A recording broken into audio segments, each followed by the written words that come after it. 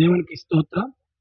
దేవుని మహాకృపను బట్టి, దేవుని దయను బట్టి మరొకసారి మీతో కలిసి వాక్య ధ్యానం చేసే భాగ్యం దేవుడిచ్చినందుకు దేవునికి వందనాలు. మీ అందరికీ వందనాలు. యెహోషువ గ్రంథం 21:44 వచనంలో ఆఖరిలో ఈ మాట ఉంది. యెహోవా ఇశ్రాయేలుకి ఇచ్చిన మాట ఒక్కటిని తప్పిపోలేదు, సమస్తము నెరవేరననుంది. దేవుని బిడ్డలారా, వాక్యము ప్రాక్టికల్గా మనం ఆలోచించాలి. దేవుని బిడ్డలో మనం విశ్వాసులం. మనకు ఒక సంగతి తెలుసు, అడుగుడి మీకు ఇవ్వబడి అన్నాడు. అతడు నాకు మొరపెట్టగా నేను అతనికి ఉత్తరం ఇస్తానని కూడా ఉంది. అందుని బట్టి మనం ప్రార్థనలు చేస్తాం. అన్నీ బాగున్నప్పుడు చేయకపోయినా ఆపదలోనైనా ప్రార్థన చేస్తాం, అవస్థతలోనైనా ప్రార్థన చేస్తాం, అక్రత వచ్చినప్పుడైనా ప్రార్థన చేస్తాం. అవును, చేస్తాం. అయితే మనం ప్రార్థన చేసినప్పుడు ఏం చేస్తామంటే, ఏదైనా అడిగినప్పుడు సంవత్సరం అడుగుతాం, 2 సంవత్సరాలు అడుగుతాం, 3 సంవత్సరాలు అడుగుతాం. కొన్నిసార్లు కొన్ని ప్రార్థనలకు జవాబులు ఆలస్యం అవుతాయి.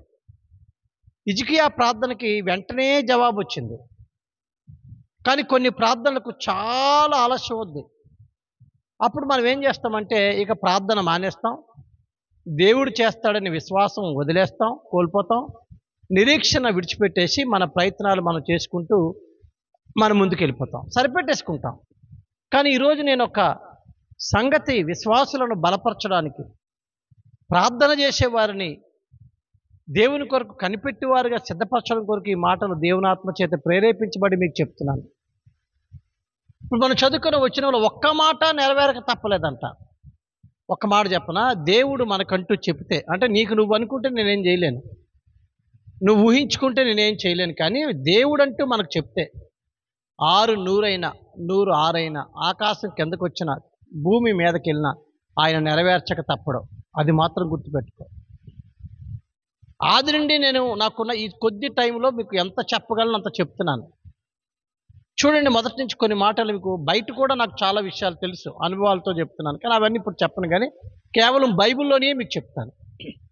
మొట్టమొదటిగా యోసేపుతో దేవుడు ఏమన్నాడంటే, మీ అన్నదమ్ములు నీకు దండం పెడతారు అన్నాడు. ఆదికాండం 37 అన్నదమ్ములు ఎట్టి పరిస్థితుల్లో దండం పెట్టకూడదు అనుకున్నారు. అందుకోసం వాళ్ళు చేయాల్సిన ప్రయత్నాలన్నీ చేశారు. నీళ్ళు లేని గోతిలో తోశారు, ఐగుప్తీయులకు అమ్మేసుకున్నారు. ఆ తర్వాత వాళ్ళు ఏమనుకున్నారంటే, వాడు ఎక్కడికో వెళ్ళిపోయాడు, ఇంక వాడు బతుకు బానిసత్వమే, ఇక మేము వాడికి దండం పెట్టక్కర్లేదు, దేవుడు చెప్పాడు, దేవుడి మాట అక్కడ నెరవేరుద్ది అని అన్నదమ్ములు అనుకుంటుంటే, యోసేపు అన్నదమ్ములు అక్కడికి వెళ్ళాక కూడా యోసేపు పరిస్థితి ఏం బాగాలేదు. పోతీఫర్ ఇంట్లో పని చేస్తుంటే అక్కడ నిందింపబడ్డాడు ఆ స్త్రీ చేత. అందుని బట్టి వాదించే పెట్టుకోడు, లాయర్ని పెట్టుకునే స్తోమత లేక జైలుకి వెళ్ళిపోయాడు. అక్కడేమో 2 మనుషులు నమ్మాడు, మేమెంత పని మీరు బయటికి వెళ్ళడమే, నిన్నే విడిపిస్తా ఉన్నారు, వాళ్ళు మర్చిపోయారు. ఏమైనా మొత్తానికి కాస్త సంవత్సరాల ఆలస్యమైన పరిస్థితులు విడ్డూరంగా లేకపోతే వ్యతిరేకంగా జరుగుతున్నా చివరికి యోసేపు ఐగుప్తులో రాజు అయిపోయాడు, ప్రధానమంత్రి అయిపోయాడు. చాలా సంవత్సరాలు గడిచిపోయి 17-18 సంవత్సరాలు గడిచిపోయి ఉంటాయి, ఒక 20 సంవత్సరాలు గడిచిపోయి ఉంటాయి. అన్నదమ్ములు మేము పెట్టలేదు దండం అనుకున్నారు, కానీ అక్కడ ఆయన పరిపాలన చేస్తున్నాడు, వీళ్ళకి కరువు వచ్చింది. కరువులోనే వీళ్ళకి కబురు వచ్చింది, అక్కడ ధాన్యం ఉందని.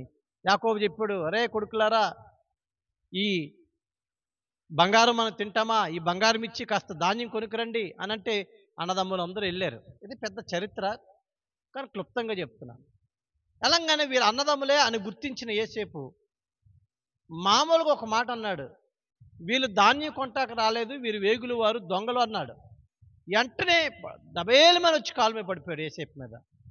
దేవుని బిడ్డలారా, యోసేపుకు దేవుడు చెప్పిన మాట, దేశాలు వేరైపోయినా సంవత్సరాలు గడిచిపోయినా దేవుడు చెప్పాడు కనుక అననుకూల వాతావరణంలో ఊహకు అందని రీతిలో దేవుడు ఆ కార్యాన్ని జరిగించాడు.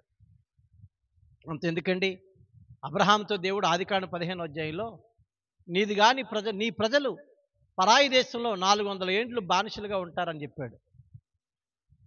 అలాగే అబ్రహాం సంతానం ఇస్సాకు, యాకోబు సంతానం ఐగుప్తుకి వెళ్ళిపోయి 400 సంవత్సరాలు బానిసలుగా ఉన్నారు. అయితే ఆదికాండం 15 బానిసలు అవుతారని చెప్పిన దేవుడే మళ్ళా 400 ఏళ్ళకి వాళ్ళు విడిపించి తీసుకొస్తానన్నాడు. అలాగే సరిగ్గా 400 సంవత్సరాలకి ఐగుప్తులో ఇశ్రాయేలుని విడిచిపెట్టక విడిపించి తీసుకొచ్చాడు. ఉదాహరణకి ఏమనుకుంటాడు ఆ ఫరో, 400 సంవత్సరాలు అయిపోయింది కాబట్టి వీళ్ళేం వెళ్తారులే, ఇక మాకు బానిసలుగా ఉంటారని ఫరో అనుకున్నాడు. ఇశ్రాయేల్ అనుకున్నారు, మొరపెట్టారు. చేసి చేసి చేసి మానేశారు ఆళ్ళు. ఇంకెందుకులే, ఇంకేమవుతుందిలే, మేము కూడా ఇక్కడ ఉండిపోవాలనుకున్నారు. కానీ దేవుడు చెప్పినట్టుగా వారు 400 సంవత్సరాలకి వారిని బయటకు తీసుకొచ్చాడు. అలాగే యిర్మీయా ప్రవక్త ద్వారా యూదులకు, యూదా జాతి వారికి అది యిర్మీయా గ్రంథం 25వ అధ్యాయంలో మీ బ్రతుకులు బాగోలేవు కాబట్టి మీరు 70 సంవత్సరాలు బబులోనికి బానిసలు అవుతారని చెప్పాడు. అలాగే బానిసలయ్యారు. మళ్ళీ యిర్మీయా గ్రంథం 29వ అధ్యాయంలో 70 సంవత్సరాల తర్వాత నేను వారిని తీసుకొస్తానన్నాడు. అలాగే తీసుకొచ్చాడు. ఆ! ఇంక వాళ్ళు రాలేమేమో అనుకున్నారు. కానీ దేవుడు తీసుకొచ్చాడు. చూసారా? యోసేపుకు దండం పెట్టిస్తా అన్నాడు, పెట్టించాడు. 400 ఏండ్లకు ఐగుప్తు నుంచి తీసుకొస్తానన్నాడు, తీసుకొచ్చాడు. 70 ఏండ్లకు ఆ బబులోనుండి తీసుకొస్తానన్నాడు, తీసుకొచ్చాడు, విడిపించాడు. అది జరగని పని అనుకున్నారు మనుషులు. కానీ దేవుడు జరిగించాడు. అంతెందుకండి, యెషయా గ్రంథంలో ఏమనుంది? కన్యక గర్భవతి అవుతుంది, కుమారుడికి అంటాడని 7:14 యెషయా. అలాగే జరిగిందిగా. అంతేకాదు కదా, మీకా 5:2 ప్రకారం బెత్లెహేములో పుడతాడన్న పుట్టాడుగా. అంటే పుడతారన్న దేవుడు పుట్టాడు, పుడతారన్న ఊర్లో పుట్టాడు. మార్కు 8:31, మార్కు 9:31, మార్కు 10:34 చదవండి.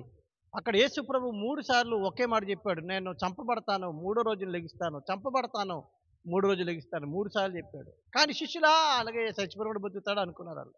కానీ దేవుడు చెప్పినట్టే బ్రతికాడు. ఎన్నని చెప్పాలి రుజువులు? ఇంకా చెప్పనా? యేసుప్రభు సిలువ వేయబడిన తర్వాత యేసుప్రభు వాళ్ళ గురించి వచ్చిన ప్రవచనం ఏంటంటే, యెహెజ్కేలు గ్రంథం 28వ అధ్యాయము 15వ వచనంలో ఇలా ఉంది. ఏమనుందంటే, నేను వాళ్ళని చెదరగొడతానని. ఇశ్రాయేలు AD 70లో టైటస్ రాజు దండయాత్రలో చెదరగొట్టబడ్డారుగా. చదువుకోండి, యెహెజ్కేలు 25:15. తర్వాత జెఫన్యా 3:19లో వారిని సమకూరుస్తానన్నాడు. దేవుడు సమకూర్చాడుగా.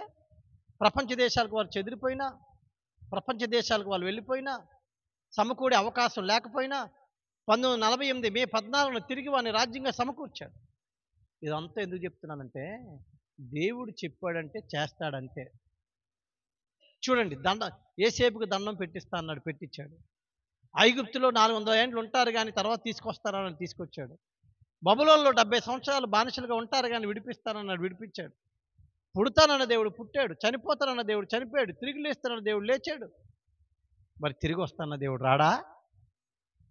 పుడతానన్నప్పుడు కూడా లేట్ అయిపోయిందని, ఆలస్యం అయిపోయిందని, జరగదని యూదులే నిర్లక్ష్యం చేసిన ఆయన పుట్టాడు. మర్చిపోయినా నీ జీవితంలో నేను ఎందుకు ఈ మాట చెప్తున్నాను అంటే, ఇన్ని చేసిన దేవుడు వస్తానన్న దేవుడు రాడా? ఆయన ఎదుర్కోవడానికి సిద్ధపడుతున్నావా? ఆయన ఎదుర్కోవడానికి ఏం కావాలి? నువ్వు చదువుకోవాలా? నువ్వేమైనా జ్ఞానవంతుడు కాదు, పరిశుద్ధంగా బ్రతకాలి, ప్రేమ కలిగి బ్రతకాలి. ఈ రెండు చాలా ప్రాముఖ్యమైనవి. దేవుణ్ణి ప్రేమిస్తూ పరిశుద్ధ జీవితాన్ని కలిగి జీవించడమే సిద్ధపాటు.